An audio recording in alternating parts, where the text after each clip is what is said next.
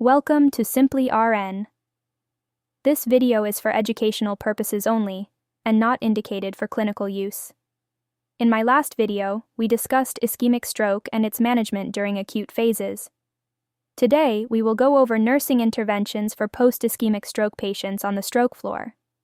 Once the patient is transferred to the stroke floor, close monitoring for any neurochanges is needed because neurological complications can happen after ischemic stroke.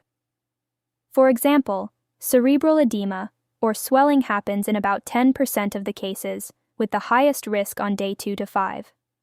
Hemorrhagic transformation is another complication that happens when there is bleeding into the area of infarction. That's why it is important to closely monitor, for signs of neurologic worsening include decreased level of consciousness, worsening neurologic deficits, new pupil changes, and changes in respiratory status or blood pressure. Providers may order stroke assessment every 2 to 6 hours. Permissive hypertension is another common intervention after an ischemic stroke. Blood pressure is often allowed to remain elevated to maximize perfusion and will spontaneously decline within the first 24 hours, returning to baseline over the next 4 to 7 days. Blood pressure may be allowed to go as high as 185/100 for patients who have received thrombolytics and up to 220/120 for those who have not received thrombolytics. It depends on recommendation of the stroke neurologist and the patient's other medical conditions, such as cardiac history. While thrombolytics are medications used to break up existing clots, antithrombotic are medications used to prevent blood clots after ischemic stroke. For example, antiplatelets inhibit platelets from clumping together to prevent clots from forming and growing. Antiplatelets, such as aspirin, are often given within 24 to 48 hours of symptom onset, depending on whether thrombolytics were given. Other examples of antiplatelets include clopidogrel, dipyridamole, and ticagrelor. In certain cases, a patient might be treated with short-term dual antiplatelet therapy using aspirin plus clopidogrel or aspirin plus ticagrelor for those with minor ischemic stroke symptoms or those with transient ischemic attack who are deemed to be at high risk for stroke.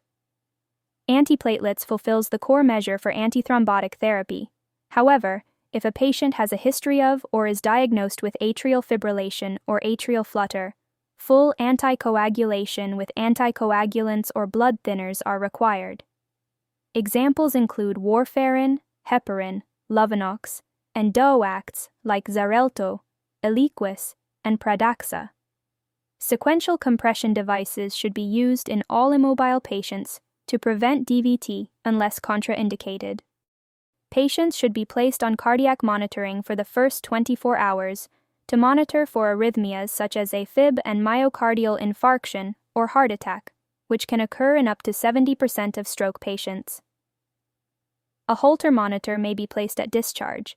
It is an at-home monitor that's worn on the chest continuously for up to 30 days. It records cardiac rhythms and sends the tracings to the provider. It helps to determine cardiac causes such as AFib. Echocardiogram is another standard test for stroke patients, which uses sound waves to examine the heart and blood vessels. Other post-stroke measures include a swallow screen within 24 hours of admission.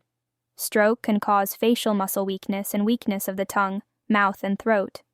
A swallow screen such as the Yale Swallow Protocol should be conducted before giving anything orally. If the patient has failed the screening, the patient needs to be kept NPO until a formal swallow evaluation is done by a speech therapist. Stroke can cause low or high blood glucose, and glucose monitoring is needed for both diabetic and non-diabetic patients, and A1C is checked to diagnose diabetes, which is a risk factor for stroke.